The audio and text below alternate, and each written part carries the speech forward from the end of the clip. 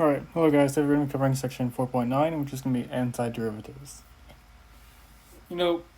So far we've done a lot about, taking derivatives of functions, we've done a lot of differentiation rules, we've done applications, we've done, using derivatives to sketch graphs and all that, but so far we haven't really, try to, reverse the process. We haven't gone from, f prime of x to figuring out whatever we got to give us that that derivative. Typically, we just take a derivative and then that's it. But, what if we wanted to undo that? What if we know a particle's velocity, but we don't know its position? How can we figure that out? So first things first, we need to define, some notation. We need some definitions first to talk about anything meaningful. So we call a function f. It's called an antiderivative of a function f. So, it's capital F and lowercase f. Typically, this is standard notation. Capital F will be the antiderivative of some function f. And we usually say on an interval I, if f prime of x is equal to f of x for all x in I. So the function that we want is the function that whenever we take a derivative of it is equal to f of x on an interval. An interval is specific because once we get an interval, that basically, kind of gives us the stuff that we need. So given the derivative, we want to find, the function that we started with. What is the derivative? What function gives us that derivative? So for example, if you think of just x squared, we can find the antiderivative by just thinking about the power rule. So if we think about, the derivative of 2x. Well, not 2x, but if you know about x cubed, if you take a derivative of that, that'll just take us to 1/3, not 1/3. That'll take us to 3x squared. So the antiderivative of 3x squared would be x cubed. So if you want to think about it in terms of that, we can do that with x squared as well. So imagine if we had some arrow going to x squared.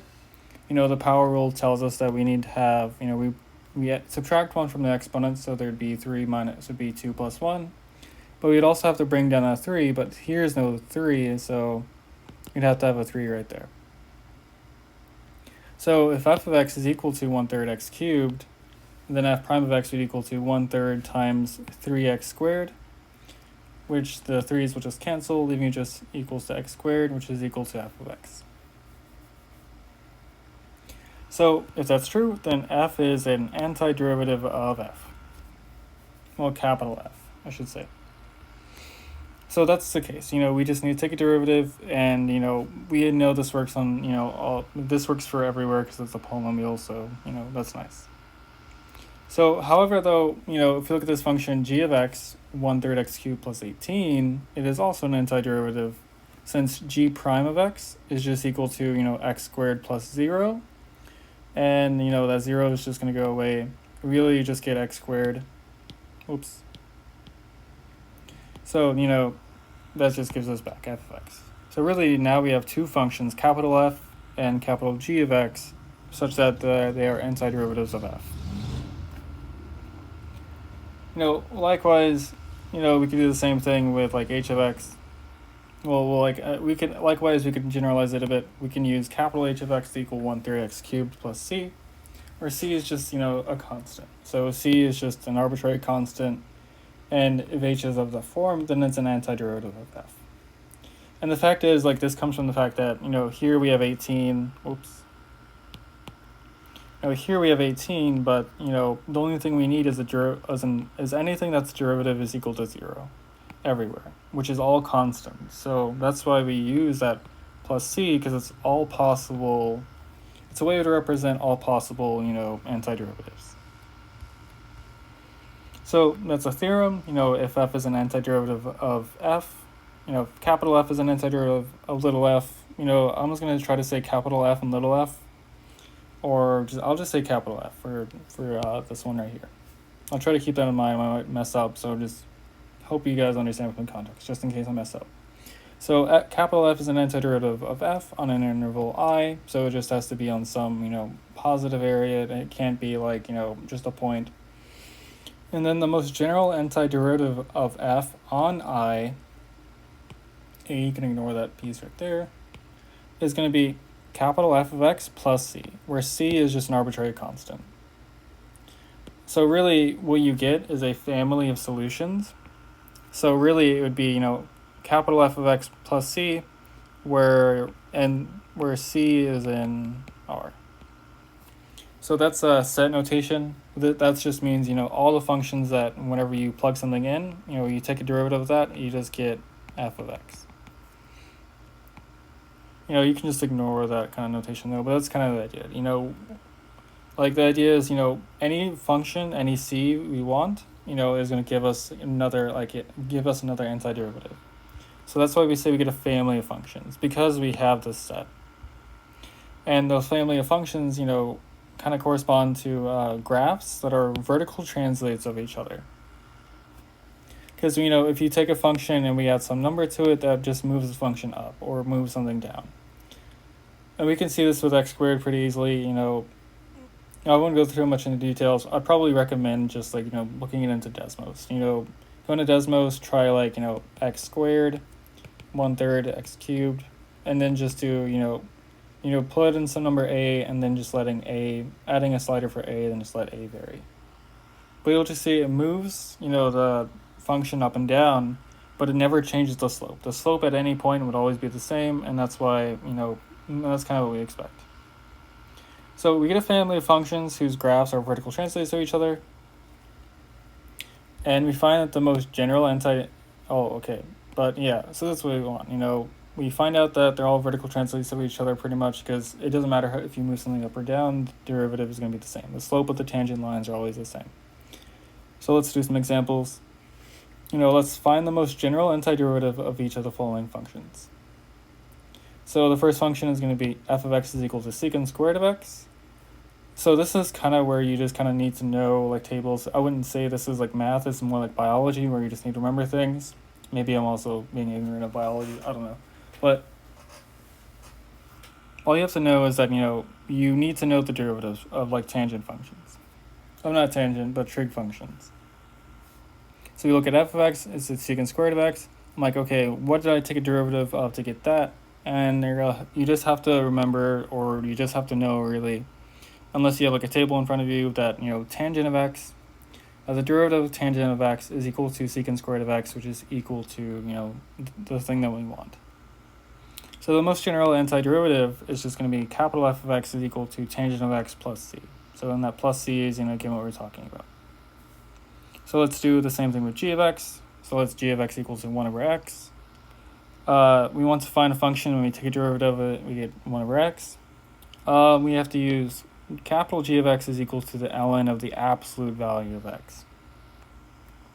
And then the derivative will be g prime of x is equal to 1 over x. We actually went over this in our notes before when we went over logarithmic differentiation.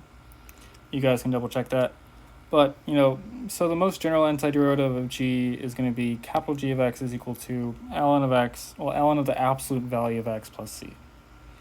And one of the things we should notice is that this is for all x that's non-zero. So it works for -1. So so x can equal -1, -3, it could equal 4, it could be 8. So we need the antiderivative to match up on those values as well. So if we just had, ln of x, we couldn't plug in -1. We couldn't plug in all the negative numbers. So we need the absolute value to kind of, to take care of that. Because, again, this is what the note says. Domain of 1 over x is equal to -infinity to 0, then 0 to infinity, not including 0. And the domain of ln of x is just equal to 0 to infinity. So that's the reason why we need the absolute value, is because if we just do ln of x, it's not strong enough. We need the absolute value. So, let's do h of x, which is equal to x at the end, where n can equal -1. And you'll see why it can equal -1, but for the same reason why we just did it for the case when it was -1, actually. So here we can use the power rule, kind of like what we did before with x squared. But we want to keep it more general now. So we know that, you bring down the exponent and you subtract by 1. So if you bring down that exponent, you would have to divide by that exponent as well. And you would also, but if you're going to, subtract 1 from the exponent, then you need to add 1 to the exponent. So the most general kind of form that we get will just be capital H of x is equal to x to the n plus 1 divided by n plus 1. when we take a derivative, we get h prime of x, or capital H prime of x. So we multiply, we bring down the exponent, subtract by 1, so you get n plus 1 minus 1 to get, n plus 1 times x to the n, divided by n plus 1. N plus 1's cancel, leaving you just x to the n, which is equal to our h of x. Again, this isn't too hard to verify. So then the most general antiderivative is just going to be capital H of x is going to equal to x to the n plus 1 divided by n plus 1 plus c. Again, because that plus c is important, we need that there. Otherwise, we can't necessarily be general about it. So let's do another example. Let's find the most general antiderivative of a function of this function right here. F of t is equal to 3 to the fourth minus t cubed plus 6t squared divided by t to the fourth. First thing we're going to do is let's rewrite the function. So, all I did was just, divide by t to the fourth by everything. So I got the 3 there, t cubed divided by t to the fourth, that's just 1 over t. T squared divided by t to the fourth, that's just, 1 over t squared. All the numbers stay the same. I kept this one the same, but I wrote this t squared as t to the negative 2, because that's easier to work with, actually. And, well, that's going to be more useful in that form. So we take so we try to find the antiderivative, what we know so far. If there is a 3, then we need 3t, because the derivative of 3t will just be, 3. We just said ln, the antiderivative of 1 over t, that's going to be equal to the ln of the absolute value of t. And then, using the rule that we just had for, h of x, here we're basically just going to let, n equal to negative 2, and then we just get our antiderivative to equal, x to the negative 2 plus 1 divided by negative 2 plus 1 will equal to x to the negative 1 divided by negative 1. So that's how we get this one right here, 6 times t to the negative 1 divided by negative 1. And again, we want to be general, so we need that plus c. And then I just move the negative up there to simplify. And so our antiderivative, the most general antiderivative, will be 3t minus the ln of the absolute value of t minus 6t to the negative 1 plus c. So this one isn't too difficult. Now you're just kind of applying it to pieces separately, but it's still okay. Because, it's not too bad. It's just a bit of annoying to deal with at first. But it's just more rules. It's nothing too tricky. It's just, if we're going to have a sum or difference like that, then what we need to do is, do the antiderivative separately. And technically, even though you would argue that, each piece would have its own plus c on it, we could add all the c's together and we just keep the c there. So really what you should know is as long as I take a derivative and I get back to this, then you're all good. And you need to make sure to be, general, so you need that plus c at the end. Sometimes though, we may be given an extra condition that allows us to solve for c. So, here we were in these cases we're being general, but if I give you a point, if I give you, in this case, f of 1 is equal to 0, then we can actually solve for it. We can actually figure out what that function is. So if I give you a particle and I give you its velocity, you should be able to keep track of how it changes. So you would know if it moves, you would know how far it moved. You would know the distance it's traveled. You would know if it stopped. You would know if it accelerated or anything like that. You would know all this information, but you wouldn't know where it actually started. You wouldn't know if the particle was on, the surface of the sun, or was it on the moon, or would it be in, your back pocket for some reason. You wouldn't know where this thing is. So you need the extra condition, f of 1 is equal to 0. In this case, you need an extra condition that tells you where it was at some specific time. You need to have some information that's that tells you, it's okay, this is where it was, so now I can tell you all the other information. So in this example, we have, f prime of t is equal to 4 divided by 1 plus t squared, and we had, and we want to find the antiderivative of that such that, we have that f of 1 is equal to 0. So, we need to find the antiderivative. So f prime of t is equal to 4 times, this piece right there. Oops. So that's going to be the piece we take an antiderivative of, because the 4's don't really matter, because, you know, d of d, like t, of c times f will just equal to c times d of dt of f. Because, you know, we can pull the constant out, so we can pull out the, you know, of differentiation, so we could also pull out the constant when we take when we do the antiderivative. So this is the one where you just have to know the antiderivative of 1 plus, you know, 1 divided by 1 plus t squared, or, you know, the thing that we take a derivative of to get that is just arctangent of t. We needed that plus c there because it's the most general antiderivative, of course. And then this is where we use the condition, f of 1 is equal to 0, because now we have an expression for, like, you know, a function, but we have it very generally. So we plug in that f of 1 is equal to 0 business, and then that should allow us to solve the equation. So again, we have f of 1, so which would be 4 times arctangent of 1 plus c, and we had it's equal to 0, as, you know, kind of is required right here. So we just get 4 times pi divided by 4, because that's arctangent of 1. You know, plus c still equal to 0, so these 4's will cancel. We just get pi plus c. Move over the pi, we get c is equal to negative pi. So thus, our most general, our solution, you know, the problem that we want, is going to be this one right here. F of t is equal to 4 times arctangent of t minus pi. So we first found the antiderivative. We found with the, you know, all the possible functions whose derivative is equal to 4 times 1 divided by 1 plus t squared. And then we had to use the extra condition to finally figure out which one it is specifically. You know, which one do we actually care about? And, you know, what it is typically, you know, if you use like, you know, if we take n derivatives, you know, each time we, like, let's just say, you know, what the process that we're doing is we're moving backwards. You know, this would, you know, again, this n represents how many derivatives we've taken. So if we're moving from like the third derivative to like, what actually should be like, you know, if we're moving to the third derivative to the second derivative, or if we're moving to like, you know, the fourth derivative to the third derivative, or, you know, any of those cases, each time we move back one, each time we find an antiderivative, we get a plus c. So in order for us to get, you know, unique solutions, we actually need to be specific. So like each time you get, you know, we move back to, like, let's just say f of n minus 1, you know, we move back to find an antiderivative to kind of figure out what did we do to get that antiderivative. We basically, like, you know, if we keep down this chain, eventually we could go back to just f.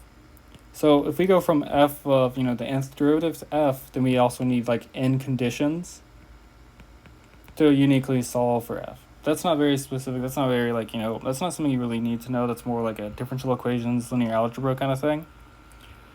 But one of the things is like you kind of need to know that. So, well, you don't need to know it, but it's helpful to understand that each time you take an antiderivative, you get a constant. And the constants, you know, don't disappear every time you take an antiderivative. You just get more and more constants, which we'll see in this next example. And this is kind of relates to like ODEs. If you guys ever do ODEs, then you'll see this happening. So let's do an example. So we're going to start with a second derivative. We want to find, you know, we have f double prime of x is equal to 2 times e to the x plus 3 times sine of x. And we had two conditions for it. We had that f of 0 is equal to 0 and f of pi is equal to 0. So we know two of its roots. And really those two pieces of data, as we could call them, those two conditions, are what's going to tell us, you know, what function we care about, what most general antiderivative we actually care about. So since f double prime of x is equal to 2 to the x plus 3 sine of x, we first need to find f prime first, because that's going to be, you know, the first antiderivative that we care about. So f prime of x will equal to, you know, 2 times e to the x minus 3 times cosine of x plus c.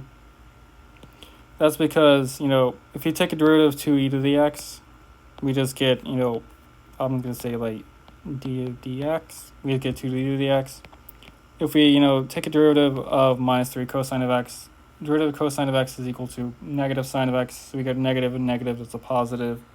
And that c, you know, d of dx, that just goes to 0. So, you know, that's kind of negligible. That's why we have that, you know, the plus c there. So now we can find an antiderivative of this, of f prime. And remember that even though c is kind of like, it represents like a family of functions. For each possible c value you have a different antiderivative. But here we're just going to keep it constant. We're going to be not specific. We're just going to be vague. So we're just going to leave it as c. So when we find an antiderivative, we don't need it to be a number specifically. We can just leave it as c. So, likewise again, so we get 2e to the x minus 3 sine of x plus cx plus d. Because again, take a derivative of 2d to the x, we get 2d to the x. Take a derivative of minus 3 sine of x, that's going to be negative 3 cosine of x. Take a derivative of cx, we just get c. So we finally found the most general antiderivative for f double prime. Well, we find the most general antiderivative or antiderivatives. I don't know how to say antiderivative. I don't know how that works. But we found, all the possible forms of f that satisfy this. And now, we have two constants, so now we can use this information, f of 0 is equal to 0 and f of pi is equal to 0, to finally figure out what those two values are. So here we have c and d. We need to, actually figure out what those numbers are. So we can use the information, the conditions. F of 0, is equal to 0, and that, f of pi is equal to 0. So we plug in 0 into f, get 2 times e to the 0 minus 3 times sine of 0 plus sine of 0 plus d is equal to 0. That's just going to be 1. This is going to be 0. This will be 0. So we just get 2 plus d is equal to 0. D is equal to negative 2. Not too bad. Just, plug in a point, solve for d. Then lastly, we plug in our last point. We plug in pi. So we get f of pi. We already said it's equal to 0. So we get 2 times e to the pi minus sine pi minus 3 times sine pi plus c pi minus 2. So this equals to 0. We just get 2 to the e to the pi minus c pi minus 2 equals to 0. We just solve for c, and we just get 2 minus 2 e to the pi divided by pi. So we get, lastly, when we finally got those numbers, c and d, because remember, those are the very specific conditions that give us that antiderivative that we actually care about. We plug that into the f of x, and what we get in the end is that f of x is equal to 2e to the x minus 3 sine of x plus 2 minus 2e to the pi divided by pi x minus 2, because this was our c and this is our d. So, well, actually that's it for this section. But for this problem specifically, you just have to understand, you're just taking a bunch of antiderivatives. And when you take the first antiderivative, you can't really get rid of that information. So if you had f of 0 is equal to 0, or if you had, let's just say you didn't have that condition, but you knew f prime of 0 is equal to 0, then you could solve for c right then and there. But in this case, we didn't have that. We only had, 2 for equations for the f prime. Well, just for f alone, not f prime or f double prime. So we had to, basically plug in those values into the most general antiderivative of f prime. So this is where it gets, a little weird, where we get multiple, constants we need to solve for, but, it's not really a big deal. It's not very hard. It's just a process that you have to learn. But, yes, this section isn't too annoying. Basically it's a setup for integration, because integration is heavily linked to antiderivatives. So if you're still a bit shaken up on this, don't worry about it too much. It's just, more math. We're basically just taking all the derivatives shit that you've already learned and now just undoing that, because it's okay, how did we get there? But thank you for watching. Comment, subscribe, I guess. Let me know what you think. Let me know if you need an extension on any homeworks. But again, thank you. Peace out, homies.